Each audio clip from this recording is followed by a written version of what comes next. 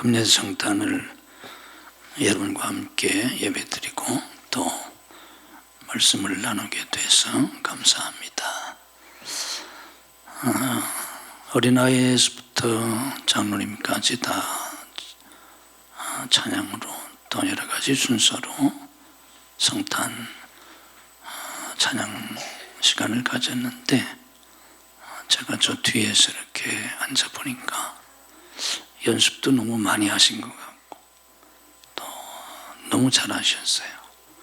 한 사람도 또 한 팀도 부족함이 없이 너무 잘하셨는데, 제가 이제 은퇴하고 나서 이렇게 보니까 그렇게 너무 연습 안 하셔도 돼요. 또 너무 잘하지 않으셔도 돼요. 틀려도 괜찮고 부족해도 아무 상관이 없어요. 저도 젊었을 때, 현역에 있을 때는 완벽하게 하려고 많이 애를 쓰고 또 그랬는데, 제가 나이가 들고 은퇴해서 보니까 그런 거 별로 의미가 없어요. 그러니까 그냥 편안한 마음으로 준비하고 또 마음으로 찬양도 하고 뭐 또 다른 율동도 하고 연극도 하고 하시면 우리 하나님은 다 좋아하세요. 아멘. 다 잘했다고 하세요. 여러분들이 틀린 것도 사람은 틀렸다고 생각할 수 있지만 하나님은 잘했다고 하세요. 아멘. 여러분들이 아직 어려서 잘 모르실 텐데, 이렇게 제 나이쯤 되면 이제 그런 걸 알게 돼요. 아멘. 시간이 너무 많이 가서 제가 설교를 해드려야 될지 모르겠어요. 피곤하시고 부담이 되실 것 같아서. 제가 뭐 본래 길게 하지 않으려고 준비는 해왔는데 벌써 1시간 넘는 시간을 여러분들이 지났기 때문에 조금 걱정이 됩니다. 예수님이 왜 오셨나? 제가 제목을 예수님이 왜 오셨나 이렇게 정했는데, 성탄은 예수님이 탄생하신 겁니다. 탄생이기 때문에 성탄이라 이렇게 말하는데, 우리가 좀 더 존재론적으로 말하면 탄생이 아니라 오심이에요. 탄생은 없던 생명이 새로 태어나는 것이 탄생인데, 예수님은 삼위일체 하나님의 한 분이시기 때문에 그 전에도 계셨어요. 영원 전서부터 계셨어요. 아멘. 그분이 이 역사 속에 지금부터 2000년 전 오신 것이지, 예수님이 본래 없었는데 2000년 전 마국간에서, 베들레헴 마국간에서 다시 생겨나신 분이 아니에요. 아멘. 그래서 이런 면에서 정확하게 말하면 이 성탄은 예수님이 태어난 날이시기보다는, 물론 틀린 건 아니에요, 그것도. 그런데 그것보다는 예수님이 오신 날입니다. 아멘. 인간의 몸을 입고 오신 거예요.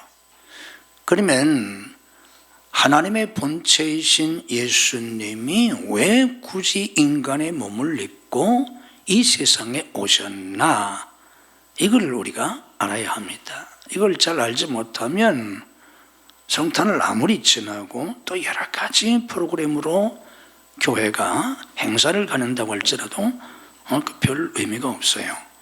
그래서 제가 이걸 여러분들에게 정리해 드릴 테니까 잘 깨닫고 은혜가 되시기를 바랍니다. 예수님의 오심을 우리가 잘 이해하기 위해서는 그 이전 역사를 우리가 알아야 돼요. 그 이전 역사를 아주 간략하게 정리하면, 하나님께서 태초에 천지 만물을 창조하시고 인간을 만드셨잖아요. 하나님의 형상을 따라 인간을 지으셨는데, 여러분이 잘 아시는 것처럼 그 인간이 선악과를 따먹고 타락하잖아요. 그래서 이제 영원한 멸망을 당하게 됐고 더 이상 하나님과 함께 살 수 없게 됐는데, 본래 인간을 지으신 그 하나님이 범죄한 인간들을 그냥 방치 내어버리두지 아니하시고 인간을 구원하시기 위한 하나님의 구원의 계획을 세우시지 않습니까? 물론 창세전에 세우신 것이지만 그것을 우리가 신학적으로 구속사라고 합니다. 구속사 혹은 구원사, 하나님의 구원의 역사입니다. 그것이 바로 이제 하나님께서 창세기 12장에 보면 아브라함을 택하시잖아요.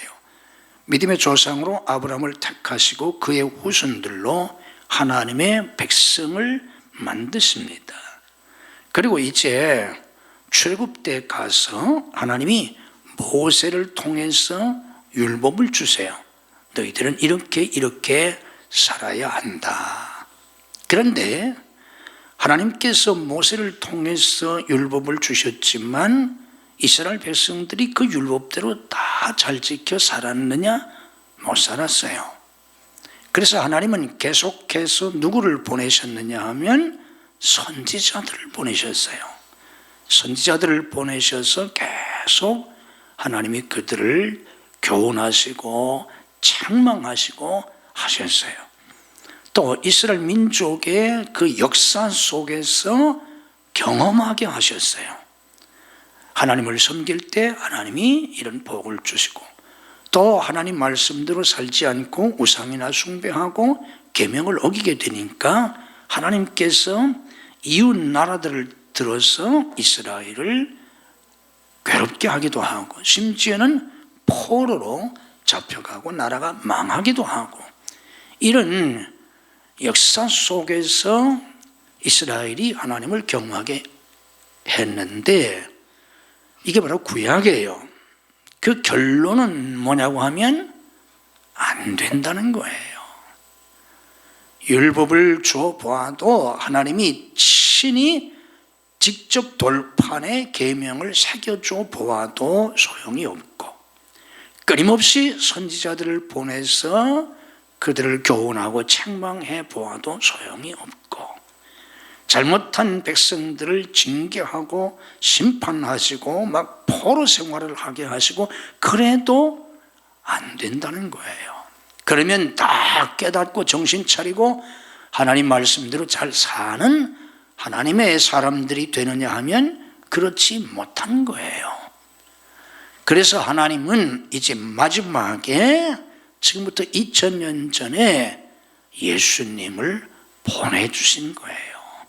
예수님이 이런 인간들을 율법으로도 안 되고 뭐 어떤 것으로도 안 되기 때문에 하나님이 인간을 구원하시려고 예수님을 이 세상에 보내셔서 하나님의 아들이신 예수님이 인간의 몸을 입고 이 세상에 오셔서 비로소 이 타락한 인간들을 구원하시게 됩니다. 아멘.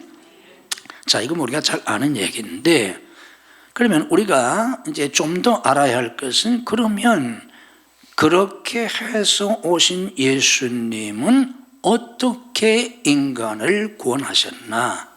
죄의 삭은 사망인데 영원히 멸망할 수밖에 없는 인간들, 하나님을 떠나서 영원히 지옥 형벌을 받을 수밖에 없는 인간들을, 그러면 이 땅에 오신 예수님은 어떻게 구원하셨나? 오늘 본문 말씀처럼 그리스도 예수께서 죄인들을 구원하시려고 오셨는데, 그러면 예수님은 어떻게 구원하셨나? 자, 이걸 제가 간략하게 정리해 드리겠습니다.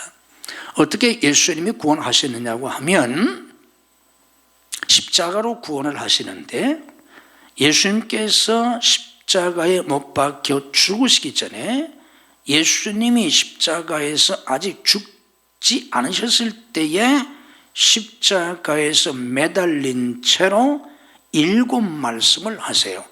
이게 여러분들이 잘 아는 가상칠언입니다.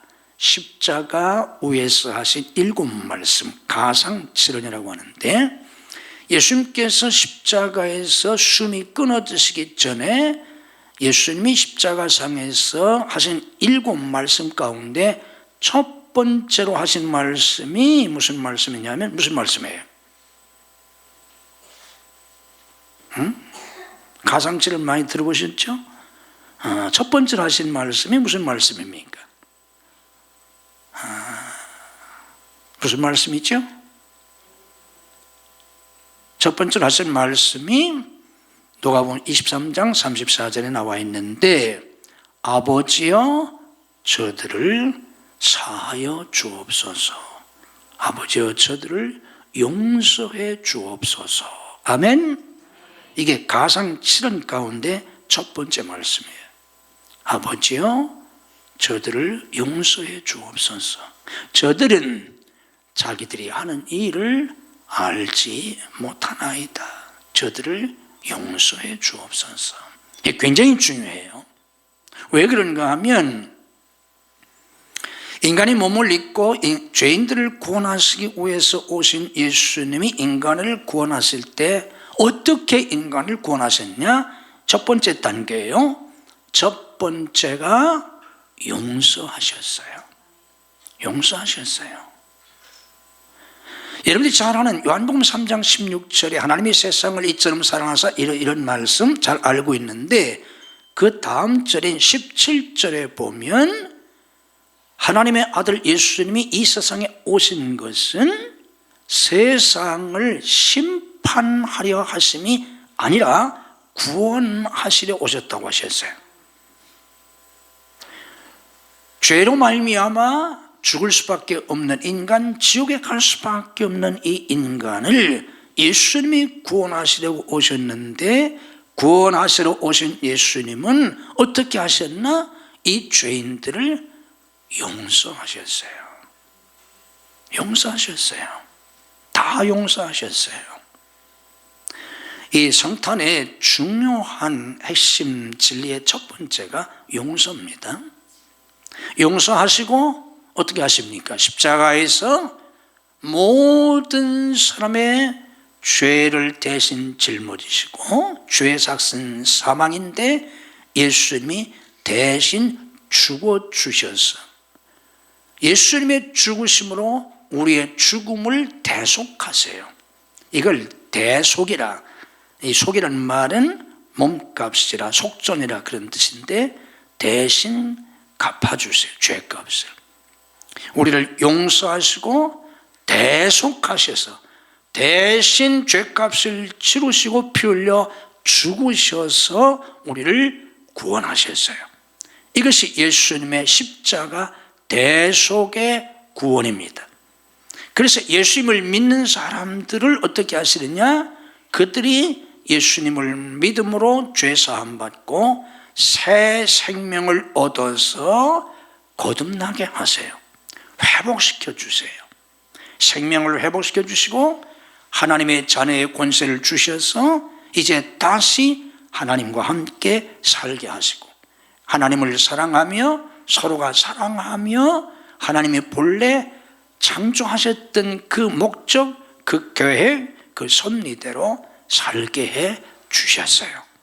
이게 간략하게 정리하는 예수님의 구원의 내용이에요. 이건 모두 다 잘 아니까 담임 목사님을 통해서도 수없이 들을 수 있으니까 나중에 계속 죽을 때까지 들으시고 제가 오늘 길게 얘기할 수 없으니까 그러면 이 예수님의 오심, 이 예수님이 오셔서 죄인들을 구원하신 이 성탄의 사건 또 나중에 이 십자가를 통해서 이 성탄절에 우리가 깨달아야 될 중요한 진리가 뭐냐면 이걸 정리해서 말하면 세 가지예요. 오늘 여러분들이 이 성탄절에 깨달아야 될 중요한 메시지, 중요한 진리가 세 가지인데 그 첫 번째는 아까 말씀드린 대로 뭐라고요? 용서예요. 용서. 용서는 뭡니까? 용서는 죄를 덮어주는 거예요. 죄를 없애주는 거예요. 그걸 용서라고 그래요. 하나님은 예수님을 통해서 우리의 죄를 다 없애주셨어요. 다 덮어주셨어요. 이 성탄을 맞으면서 우리가 예수님에게서 배워야 될 첫 번째 교훈은 용서예요. 우린 다 죄의 허물이 많아요. 죄 없는 사람 하나도 없어요. 목사도 죄가 있고 장로도 죄가 있고 모두가 다 죄가 있어요. 죄 없는 사람 하나도 없어요. 그래서 이 죄인들끼리 결국은 공동체를 이루고 가정이라는 공동체, 교회라는 공동체 등등 우리가 이렇게 살아가는데 모두가 다 죄인이고 죄가 있는데 이 죄를 용서하지 아니하면, 덮어주지 아니하면 우리는 살 수가 없어요. 행복하게 살 수가 없어요. 죄 없는 사람이 없으니까. 그런데 우리가 불행한 것은 우리가 예수를 믿으면서도 교회를 다니면서도 심지어는 교회 안에서도 우리는 죄를 자꾸만 따지려고 그래요. 자꾸만 죄를 따져요. 어떤 사람은 아주 꼼꼼하게 죄를 따지고 자꾸만 죄를 밝혀내고, 그러면 우리는 신앙생활을 할 수가 없어요. 교회 생활을 제대로 할 수가 없어요. 가정생활도 제대로 할 수 없어요. 완전한 남편이 있나요? 없어요. 완전한 아내가 있나요? 없어요. 그런데 남편의 죄와 허물을 자꾸만 아내가 들추어내고 자꾸만 따지고 그러면 행복하게 살 수 없어요. 완전한 아내가 있나요? 없어요. 그런데 그 아내의 부족한 점, 허물을 남편이 자꾸만 따지고 자꾸만 그걸 들추어내고 자꾸만 그걸 책망하고 그러면 살 수 없어요. 맨날 싸워야 돼요. 그래서 실제로 맨날 싸우는 거예요. 맨날 싸우면서 하는 거예요. 예수님이 우리를 구원하신 방법이 뭐냐고 하면 첫 번째가 뭐라고요? 용서해 주셨어요. 따라해보세요. 용서. 이걸 배워야 돼요. 특별히 우리 성탄절에 배워야 돼요. 심판하러 오신 게 아니에요. 요한복음 3장 17절. 심판하러 오셨으면 다 심판하고 그냥 끝났죠. 구원하러 오셨어요. 어떻게 구원한다고요? 첫 번째로 용서. 우린 용서해야 돼요. 끊임없이 용서하는 거예요. 남편을 계속 용서하셔야 돼요. 당신은 왜 그러냐고, 왜 이것도 못하네, 이것도 못하냐고. 다른 남자는 잘하는데 그럼 그 남자하고서 살든지. 아니잖아요. 그 남자하고 살아보세요. 겉으로 보니까 그 남자가 그럴 때 보이지 그 사람도 문제가 많아요. 세상이 다 그런 거예요. 인간이 그런 거예요. 남편의 허물을 말하지 마세요. 아멘. 한 사람도 안 하시네. 그럼 설교 들으나 마나요? 교회 100년 다녀도 소용없어요. 남편의 허물을 말하지 마세요. 아멘. 앉는 사람이 딱 하나가 있네. 한 분. 다시 하겠습니다. 남편의 허물을 말하지 마세요. 아멘.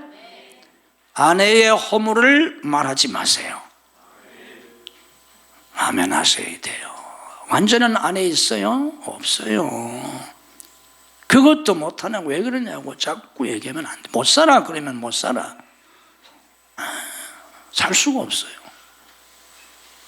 아내의 허물을 말하지 마세요. 고치려고 하지 마세요. 고치려고 하지 마세요. 어떻게 고쳐요? 자기도 못 고치는 사람이. 나도 나를 고치지 못하잖아요. 여긴 다 자기가 자기 잘 고쳐요? 나도 나를 못 고쳐요. 나도 나를 못 고치는 사람이 누구를 고치려고 하세요? 하나님만이 고치실 수 있어요. 아멘. 남편 고치려고 하지 마세요. 그러면 평생 불행하게 살아요. 아내를 고치려고 하지 마세요. 그럼 불행하게 살아요. 용서해야 합니다. 아멘. 교회에서는 목사님을 용서해야 돼요. 여러분들이 순진하게 목사님은 뭐 죄도 없으시고 뭐 완전하시고 정말 예수님 마음을 품고 뭐 영적으로 뭐 지적으로 뭐 인간적으로 뭐 인격적으로 뭐 엄청난 지도자인 줄 알았는데 천만의 말씀이에요. 제가 이제 49년 목회하고 이제 은퇴한 지 5년이 됐는데 이렇게 은퇴하고 나서 이렇게 보니까요, 교회에서 제일 문제가 누구냐고 하면 목사님이에요. 교회에서 제일 문제가 목사님이에요. 두 번째 문제가 누군지 아세요? 사모님이에요. 세 번째 문제가 누군지 아세요? 장로님이에요. 네 번째 문제가 누군지 아세요? 고참 권사들이에요. 다섯 번째가 권사들, 여섯 번째가 집사들, 일곱 번째가 세신자들이에요. 문제 없는 사람이 누구라고요? 없어요. 없어요. 다 문제가 있어요. 위로 올라갈수록 문제가 더 많아요. 어떻게 하라고요? 용서해야 합니다. 아멘. 목사님을 용서하세요. 따지려고 하지 마세요. 어떤 사람은 뭐 잔뜩 써가지고, 엊그제도 어떤 교회 보니까 뭐 어떤 권사가 막 10가지인가 12가지 써가지고 목사님한테 가서 뭐 했다고 하던데, 그럼 교회 생활 못해요. 제 친구 교회 은퇴할 때 보니까 막 장로들이 뭐 30몇 가지인가 써가지고 새로 오신 목사님한테 들고 갔다고 하던데, 그러면요 신앙생활 못해요. 못합니다. 여러분, 따지지 마세요. 어떻게 하라고요? 용서하세요. 아멘. 길들이려고 하지 마세요. 당신이 하나님입니까? 용서하는 거예요. 목사님도 부족한 것이 보일 때마다 따지지 말고 들춰내지 말고 용서하고, 사모님의 허물이 보일 때마다 용서하고, 장로님의 허물이 보일 때마다 뭐 장로가 저래 그러지 말고 용서하세요. 뭐 고참 권사들이 저래 용서하는 거예요. 뭐 권사가 저래, 속장이 저래, 교사가 저래, 뭐 간사가 저래 용서하는 거예요. 아멘. 이게 예수님의 구원의 방법이에요.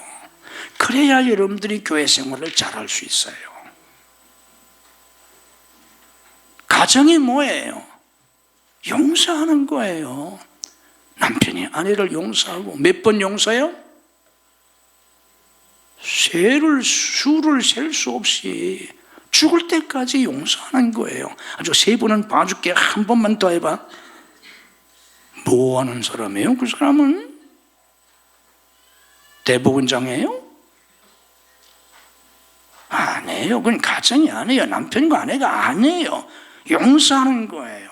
용서하고 또 용서하고 또 용서하고, 어제도 용서하고 오늘도 용서하고 내일은 끝장낼 거야. 그럼 내일 끝나는 거예요. 그럼 죽을 때까지 용서하는 거예요. 아멘. 남편을 용서하세요. 용서하고 또 용서하고, 아내를 용서하고 또 용서하고, 하루에 12번이라도 용서하고. 아멘. 그래야 여러분들이 부부생활을 할 수 있다니까. 그래야 산다니까요. 그리고 이게 예수님의 구원의 방법이라니까요. 아멘. 용서하세요. 아이들을 용서하세요. 아이들을 여러분이 키우려고 하지 마세요. 여러분이 아이들을 키울 수 없어요. 하나님이 키우세요. 아멘. 아이들 잘못할 때마다 용서하세요. 내가 3번까지만 봐준다. 한 번만 더 하면 다리 분지러 오는다. 그러면 아이들 다리 성할 아이들 하나도 없어요. 그냥 아이들을 용서하는 거예요. 용서하고 또 용서하고. 아멘. 그게 우리가 예수님에게서 배우는 거예요. 장로님을 용서하세요. 또 아멘 안 하네 또. 장로님을 용서하셔야 합니다. 아멘. 용서하고 또 용서하세요. 고참 권사들을 용서하고 또 용서하고 권사들을 용서하고 족장들을 용서하고 교사들을 용서하고 용서하는 겁니다. 아멘. 서로가 용서하는 거예요. 두 번째는 화해입니다. 예수님은 죄인들을 용서하시고 십자가에서 대속의 은혜를 베푸셔서 하나님과 우리를 화해케 하셨어요. 우리말 성경에 고린도후서 5장 18절에 그리스도를 통해서 하나님이 우리와 화목하게 하셨다고 화목이라고 번역을 했는데, 화목이란 단어보다는 화해란 단어가 훨씬 더 우리가 이해하기 쉽습니다. 화해입니다. 우리가 화목하면 무슨 서로가 잘 화목한 이런 걸 생각하게 되는데, 화해라고 하는 그 단어의 뜻은 감정을 풀고 관계를 회복시키는 것을 의미해요. 내가 누구와 화해하겠다면 잘못이 있을 때 첫 번째가 뭐라고요? 용서하고 화해하는 거예요. 화해가 뭐라고요? 감정을 푸는 거예요.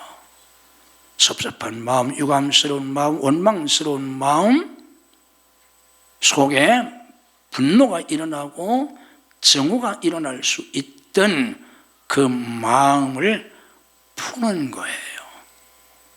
그리고 다시 관계를 회복하는 것을 화해라고 그래요.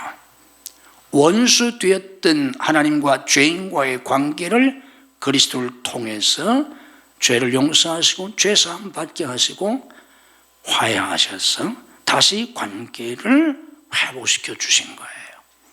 우리는 끊임없이 이렇게 화해해야 돼요.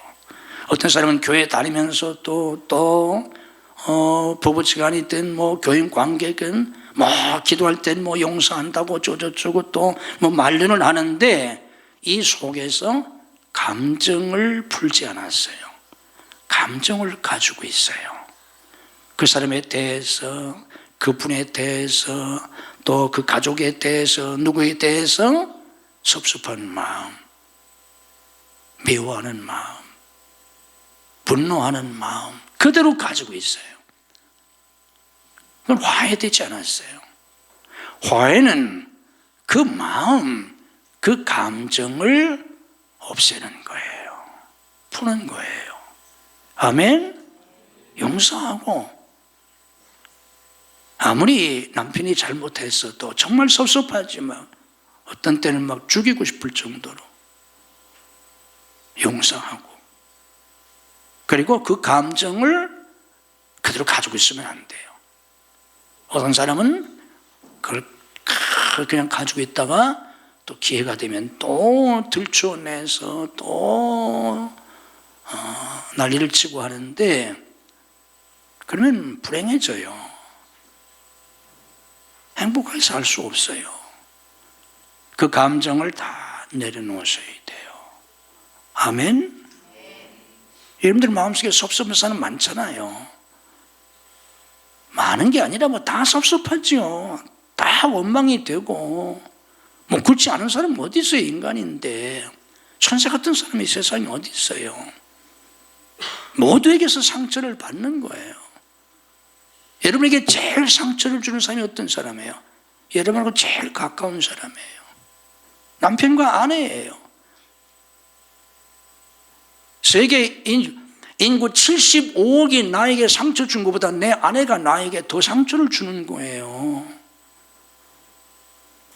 세계 75억이 나에게 상처 준 것보다 내 남편이 나에게 더 상처를 주는 거예요. 이게 인간관계예요. 부모도 마찬가지고, 시부모 마찬가지고, 며느리 마찬가지고, 사위 마찬가지고, 자식들 마찬가지고, 다 마찬가지예요. 이게 타락한 인간이고 이 세상의 삶이에요. 이것을 극복할 수 있는 방법은 예수님이 우리를 구원해 주신 것처럼 용서하고 화해하는 거예요. 이 주님의 거룩한 성탄절에 여러분에게 죄를 지은 사람, 섭섭하게 한 사람, 억울하게 한 사람 다 용서하시고, 여러분 속에 있는 그 감정들, 어떤 감정은 수십 년 된 감정이 될 수도 있고 정말 속에 돌덩이처럼 굳어있는 그런 감정이 있을 수도 있어요. 이 주님의 복되고 거룩한 성탄절에 여러분의 그 감정이 다 풀어질 수 있기를 정말 주님의 이름으로 축복합니다. 다 푸세요. 어렸을 때부터 상처받은 거, 남편에게 신혼 초부터 상처받은 거, 부모에게 상처받은 거, 자식에게 상처받은 거, 교회 와서 목사님에게, 사모님에게 상처받은 거, 장로님, 권사님들에게 상처받은 거, 또 목사는 또 장로들에게, 권사들에게, 집사들에게 뭐 등등 상처받은 거 다 용서하고 푸세요. 아멘? 이거 풀지 않으면요, 내가 죽어요. 이거 독이 돼서 내가 죽어요. 내 속에 있는 이 독은 나를 통해서 밖으로 나가서 많은 사람을 죽여요. 이 모든 것을 다 푸시고 정말 이런 것들이 없었던 그런 관계로 관계가 회복될 수 있기를 주님의 이름으로 축복합니다. 그리고 세 번째는 사랑입니다. 용서하고 화해하고 사랑하며 사는 거예요. 하나님을 사랑하고 우리가 서로가 또 이웃을 사랑하는 겁니다. 내 부모를 사랑하고 내 자식을 사랑하고 내 남편을 사랑하고 아내를 사랑하고 형제를 사랑하고 교회 와서는 목사님, 사모님을 사랑하고 장로님을 사랑하고 권사님을 사랑하고 집사님을 사랑하고 새로운 교우들을 사랑하고 또 목사나 사모는 교인들을 사랑하고 사랑하며 사는 거예요. 아멘? 이 사랑은 인간적인 사랑이 아니에요. 이기적인 사랑이 아니에요. 감정적인 사랑이 아니에요. 여러분이 잘 아는 것처럼 아가페라고 이름하는 하나님의 사랑이에요. 아멘? 십자가에서 주님이 보여주신 그 사랑, 십자가에서 주님이 나타내 주신 그 사랑, 그 사랑을 가지고 사랑하는 거예요. 그 사랑은 자기 희생이에요. 자기 희생. 남편을 사랑한다는 말은 남편을 위해서 나를 희생한다는 거예요. 아내를 사랑한다는 것은 아내를 위해서 나를 희생하는 거예요. 부모를 사랑하는 것은 부모를 위해서 나를 희생하는 거예요. 자식을 사랑하는 것은 자식을 위해서 부모가 희생하는 것이고, 여러분이 교회를 사랑한다는 것은 교회를 위해서 여러분을 희생하는 거예요. 목사를 사랑한다는 것은 교인들이 목사를 위해서 자기를 희생하는 것이고, 목사가 교인들을 사랑한다는 것은 교인을 위해서 목사가 자기를 희생하는 거예요. 자기 희생이에요. 예수님이 십자가에서 당신을 희생 제물로 바치셔서 대속의 구원을 이루어 주셨던 것처럼 우리도 그것을 본받아 사는 그게 사랑입니다. 하나님의 아들이신 예수님, 하나님의 본체이신 예수님이 왜 하늘의 모든 영광을 버리시고 인간의 몸을 입고 이 세상, 그것도 지금부터 2000년 전 정말 어려운 환경 속에서 살아가던 저 유대 땅 베들레헴, 그것도 마국간에서 왜 탄생하셨나, 왜 오셨나, 그리고 결국은 십자가에서 왜 죽으셨나? 우리를 구원하시기 위해서 어떤 방법으로, 오늘 제가 여러분들에게 정리해 드렸습니다. 그리고 이 예수님의 구원의 은혜를 통해서 구원받은 우리가 또 한 번 다시 성탄절을 보내면서 우리가 어떻게 살아야 하나, 이걸 여러분들에게 용서하고 화해하고 사랑하라 하는 내용으로 여러분들에게 정리해 드렸습니다. 깨닫고 은혜가 되시기를 주님의 이름으로 축복합니다. 기도하겠습니다. 2000년 전 저 유대 땅 로마의 압제 속에 가난과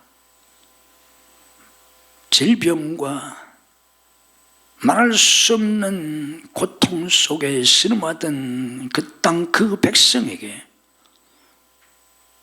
인간의 몸을 입고 아기 예수님으로 오신 예수님은 죄인들을 구원하시려고 오셨나이다. 그 죄인들을 용서하시고 죄를 대속해 주셔서 하나님과 화해하고 서로가 화해하며 서로 사랑하며 하나님의 자녀의 거룩한 삶을 살아갈 수 있도록 하시기 위해서 오셨습니다.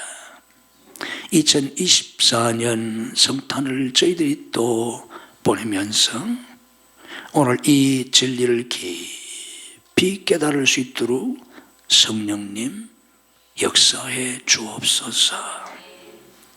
주님을 본받아 용서하기를 원합니다. 아직도 우리 마음속에 용서하지 못한 모든 사람들 용서하게 하옵소서. 화해하게 하옵소서. 아직도 내 마음속에 있는 섭섭함, 아직도 내 마음속에 있는 미움, 아직도 내 마음속에 있는 원망, 하나님, 아직도 내 마음속에 있는 상처, 이 시간 십자가 밑에 내려놓게 하옵소서. 이 거룩한 성탄 예배를 마치기 전에 우리 속에서 이 모든 것들이 다 사라지게 해 주옵소서.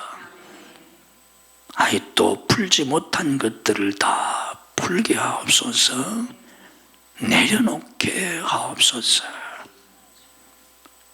그리고 예수님의 그 사랑, 아가페의 그 사랑으로 하나님을 사랑하며 서로 사랑하며 살아갈 수 있도록 성령께서 역사해 주옵소서. 은혜를 부어 주시옵소서. 예수님 이름으로 기도하옵나이다. 아멘.